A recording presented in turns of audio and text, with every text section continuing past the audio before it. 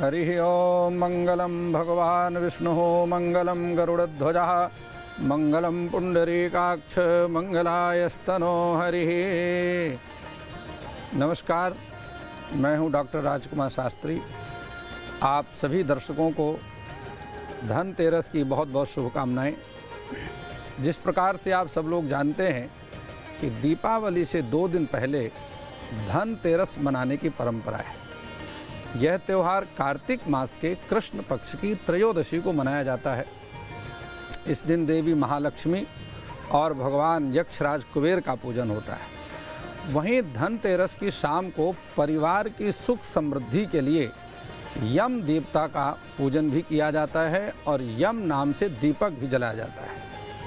आज धनतेरस पर देवताओं के वैद्य धन्वंतरी की पूजा भी की जाती है, ऐसा ही शास्त्रीय विधान है।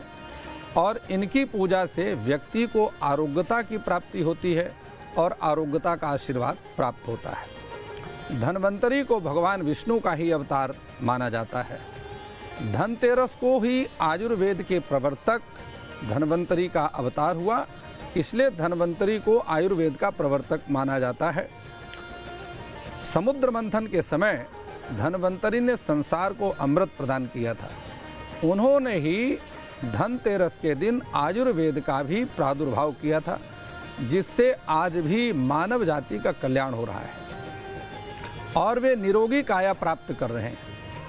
धनतेरस का शुभ मुहूर्त क्या है, अब सबसे पहले हम उस पर बात कर लेते हैं।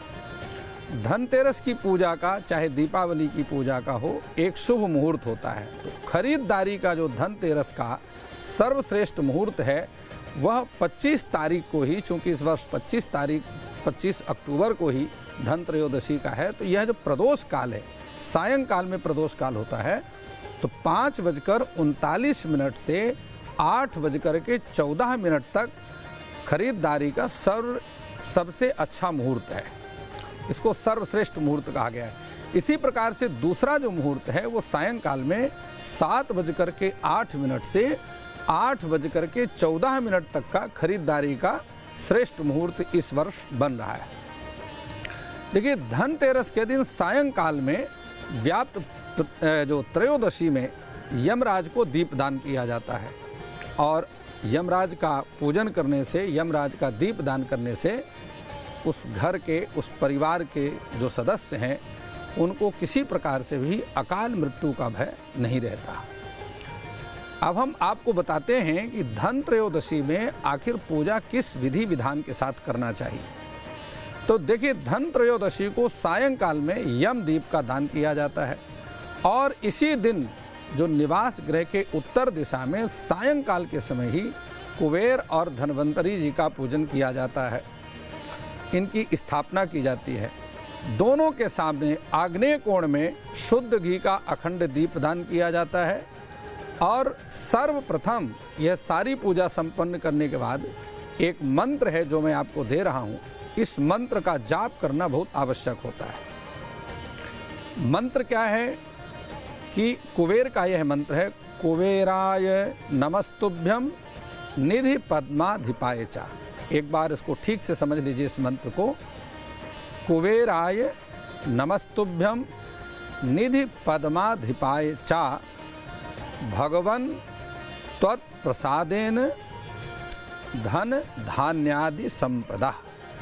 ये इस मंत्र को आप ठीक से नोट कर लीजिए, लिख लीजिए, और मंत्र यदि आपको याद है तो ठीक है, अन्यथा आप इसको देख करके भी 108 बार कुबेर मंत्र का जप कर सकती हैं। एक माला कहें या 108 बार कहें, बात एक ही है, क्योंकि एक माला में 108 मन के होते हैं।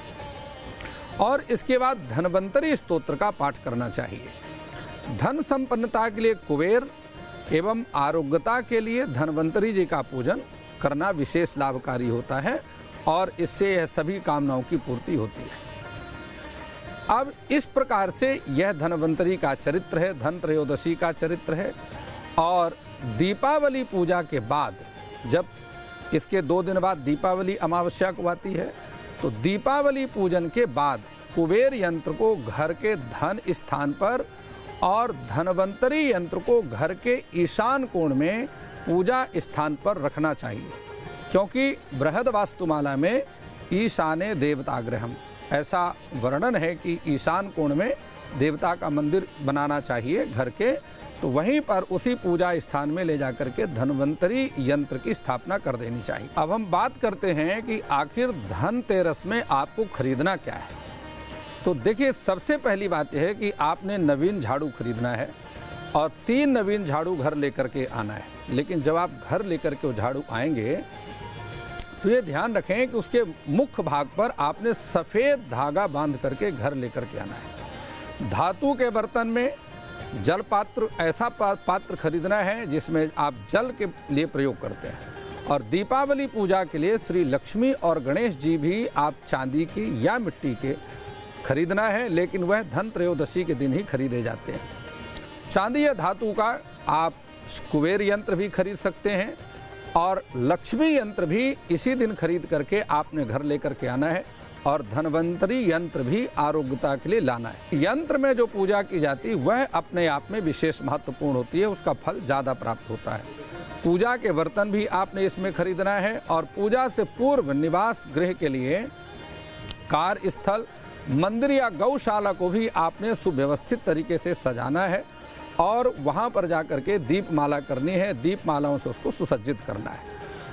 धनतेरस के दिन सोना, चांदी और बर्तन खरीदने का विधान है, लेकिन इस दिन एक और चीज़ जो जरूरी खरीदनी चाहिए वह सबसे महत्वपूर्ण क्या है, इस बात को आप समझ लीजिए। वह जो सूप होता है जिसमें हम अन्न को साफ करते हैं, गेहूं आदि को साफ करते हैं, वह खरीदना विशेष आवश्यक होता है और उसको भी खरीद करके उस सूप के मध्य में बीच में स्वस्तिक का निशान बनाना है। देखिए, स्वस्तिक इस तरीके से बनाना है। यह स्वस्तिक मैंने थाली में बनाया है जिसका वक्रतुंड महाकाय कोटि सूर्य समम प्रभा निर्विघ्नं कुरु मे देव सर्व कार्येषु सर्वदा।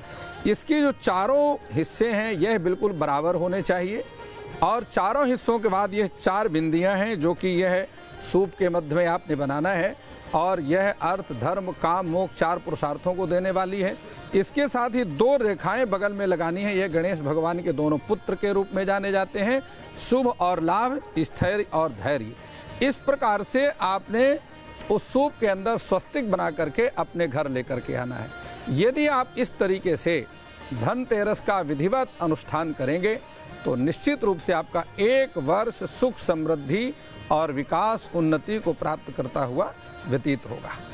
यह था हमारा धन त्रयोदशी का खास कार्यक्रम। मैं समझता हूं कि आपने इस कार्यक्रम को और बहुत ही मन से देखा होगा और आप, मुझे उम्मीद है कि आप सभी इस विधि को ग्रहण करके, इस विधि को अपना करके और इसी विधि का अनुसरण करके और आप सभी इससे लाभान्वित होंगे। आप सभी खुश रहें, स्वस्थ रहें, व्यस्त रहें, मस्त रहें और मैं अब आपसे लेता हूं इजाज़त।